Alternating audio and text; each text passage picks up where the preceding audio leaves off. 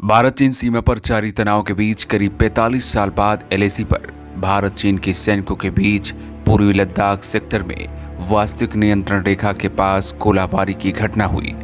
LAC के पास वास्तविक नियंत्रण पर दोनों देशों के सैनिकों के बीच लंबे समय से तनाव चल रहा है और दोनों ओर से सैन्य और कूटनीतिक स्तर पर स्थिति को सामान्य करने की कोशिशें की जा रही हैं।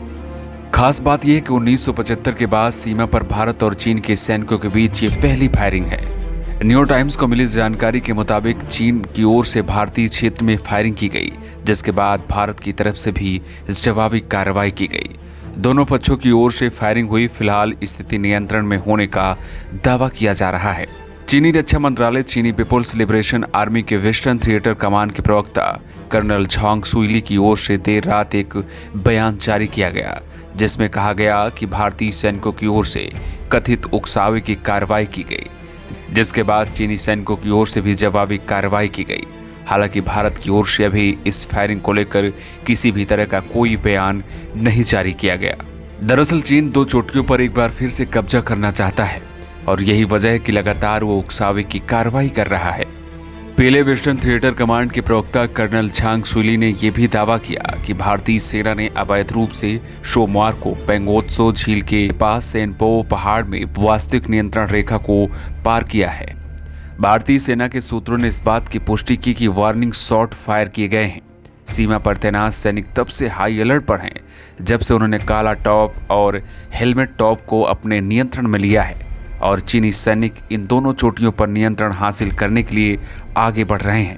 पहले वेस्टर्न थिएटर कमांड के प्रवक्ता कर्नल झांग सुइली ने कहा कि ऑपरेशन के दौरान भारतीय सेना के चीनी बॉर्डर गार्ड्स के पेट्रोलियम कर्मियों को फायर की धमकी दी गई, जिससे चीनी बॉर्डर गार्ड्स को स्थिति को स्थिर करने के लिए जवाबी कार्रवाई करने के लिए मजबूर होना पड़ा। हम भारतीय पक्ष से अनुरोध करते हैं कि वे खतरनाक कार्रवाइयों को तुरंत रोकें, क्रॉस लाइन कर्मियों को तुरंत वापस लें, फ्रंट लाइन सैनिकों को सख्ती से रोकें और उन कर्मियों को सख्ती से जांच और दंडित करें जिन्होंने फायरिंग की, ताकि भविष्य में इस तरह की घटनाएं फिर से न दोहराई जा सके।